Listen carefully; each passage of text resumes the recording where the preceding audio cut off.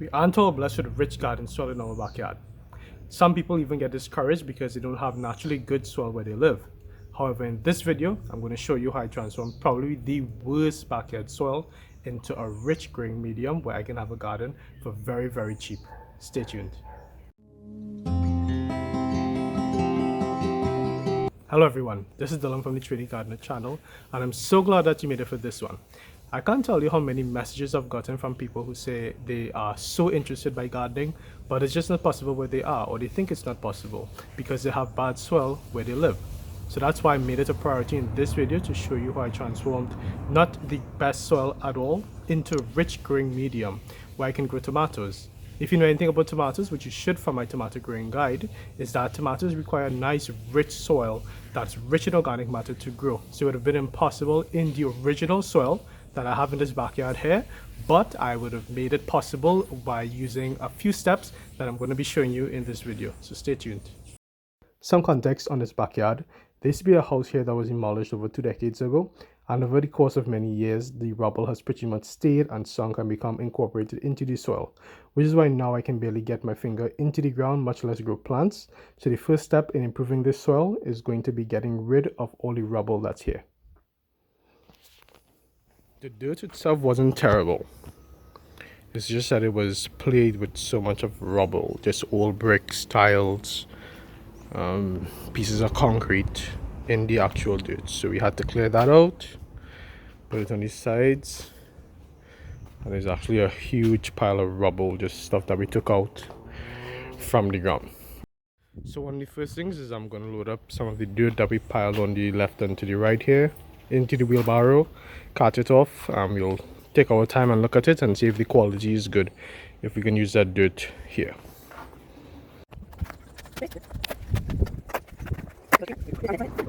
Right, so the soil that I think we can salvage and use from the top there, that top soil, brought 2 wheelbarrow loads here.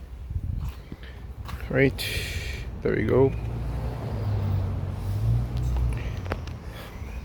And to this I'm going to do some sifting, taking out the big chunks of rubble. So I'm just quickly going to show you the sifting process. So I spread out the topsoil like this, right, and here's a brick, so I don't want that, so let's put that to the side. These are some rocks, I don't want that. Guys, if you're doing something like this, you really should wear gloves. Alright, so this is a bit of painstaking work, but it'll be worth it in the end because I don't want these big chunks of rubble in my soil. A little bit of stone is not the end of the world, but when it gets this big, it really can hinder the roots sometimes. Not that the roots can't grow at all, it's just that it's just better to not have it. I think I'll put it here. Alright guys, I'll come at you when it's time to amend this soil. So I just did about 45 minutes of sifting, taking out rubble. I'm not gonna believe this is what came out. All of that was rubble in this soil. Now there's still some chunks, bits, small pieces here and there. This is topsoil. This is good native soil that if I tried to buy it, it would be upwards of $300. So it was a bit of pain to take out all of these and actually go through and sift through by hand. But still, definitely worth it. And it's really a good way of keeping your budget very, very low. This is my setup for amending this soil here. Right, so let me show you what I have. On this side here, I have a mixture of some compost. Right, some compost, some peat moss, some vermiculite, some perlite, some limestone, right, and some wood compost, right, wood and leaf compost. Okay, here I have the good stuff, right. This is manure, sheep manure, that's been breaking down for going on 3 months now, so really well cured. You have to be careful with your manures. You don't want it to be too fresh, you want it to be nice and cured.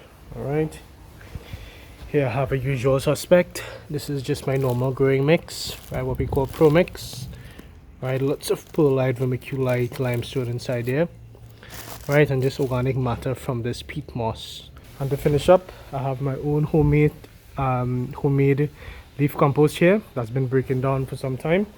I'm going to be adding this to the top layer almost as a mulch, but as I water it into the soil, that's going to work its way down into the soil and it will add good aeration as well as good water retention to my soil. Okay, so I'm going to start working on getting these different amendments into the soil itself, and we're going to see how the soil looks after.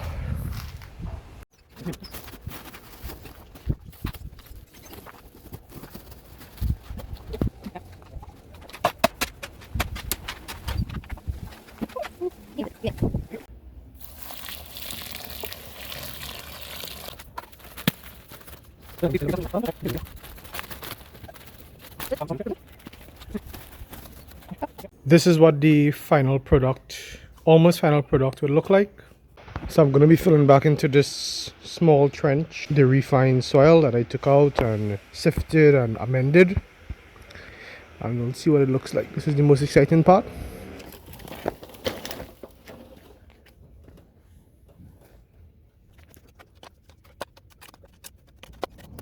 Okay, so look at the situation now, right? So I can't even get this in probably more than 2-3 inches here, even with all my strength. This is like pure rubble mixing with the soil. Definitely not a good growing situation. Look on the side here. I've already put my holes in, and this same spade, which this is probably about 7 inches, I can get the entire thing inside there without even trying. All right, so that's why the effort to do all this made sense, so that now we have an actual piece of land, not very much mind you, but we can grow something in it. So we're going to stop here for today. Join me in the next video where I'll be showing you part 2 of this process, where I will be planting in my tomatoes into my new soil for my garden. Remember that if you have any questions about this entire process, you can leave a question below. I'll be happy to guide you through it, or respond to any questions you might have. If you know someone who could benefit from this information, please share this with them so that they can grow more food for themselves and their family. I really hope that you learned how easy it is to transform terrible soil into great, amazing soil without spending a lot of money. As always, this has been Dylan with the TheTriniGardener channel, reminding you to get up and get growing. Take care.